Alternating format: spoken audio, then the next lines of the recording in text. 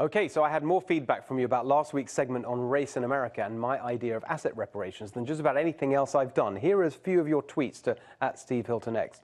Lisa wrote, I think you are wrong when it comes to black reparations. I believe that government needs to remove the things that hold black people back, but not give reparations.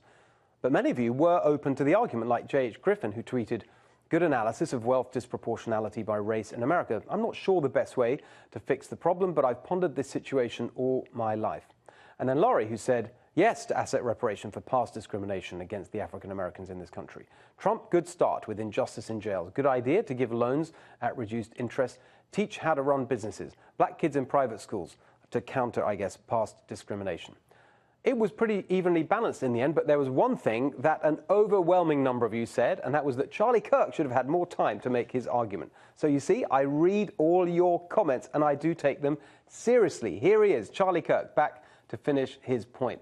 Charlie, the bit I think people were keen to hear more from you on was your argument about how President Trump actually already is doing a lot to help African Americans.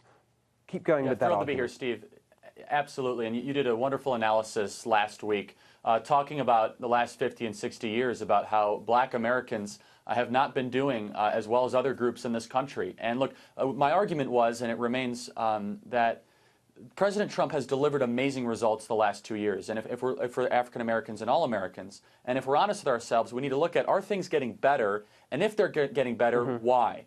And President Trump has signed the historic tax cut bill, and included in that tax cut was something called opportunity zones, where billions of dollars are now coming to our urban communities and urban centers that are primarily focused on in African-American communities. The lowest ever black unemployment rate, the lowest ever black poverty rate, the most ever African-Americans employed in our economy ever.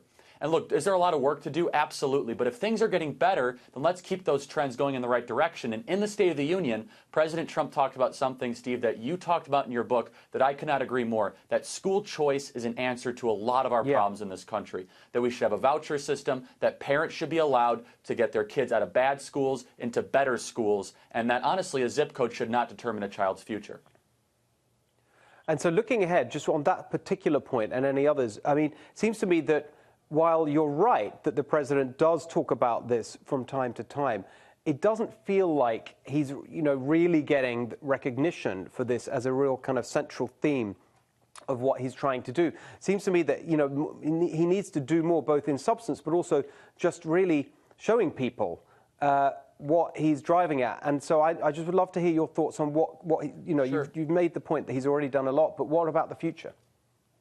Yeah, and so look, this week, President Trump is hosting a big event for Black History Month on Thursday, where I believe he's going to recap a lot of these successes, but also paint a vision of what he wants to do the remainder of his term and if reelected in the second term.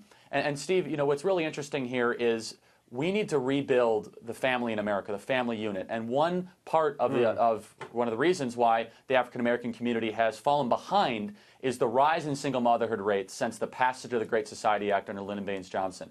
The single motherhood rate in the 1960s was around 20%. Now it's upwards of 70% in certain urban areas. Because we, unfortunately, through government programs, because we want to help people, the intention was to help. In reality, we hurt certain communities. And so I think if President Trump continues to lay out a vision for all Americans, but specifically African Americans, around the idea of opportunity, entrepreneurship, and risk-taking, that's something I think you put forth really well, Steve, is that it shouldn't just be about giving more stuff away, but how do we reduce barriers, reduce regulation, expand opportunity for people that want to take risks and make their lives better? Because we have tried. We've spent trillions of dollars in the urban areas through financial assistance and social welfare programs, and that has not made the African American community richer at all. It's opportunity, risk-taking, entrepreneurship that will get us there. There you go. Look, I can see why they wanted you back, Charlie. Thank you so much. Really well said. Really appreciate it. And see you soon. Thank you.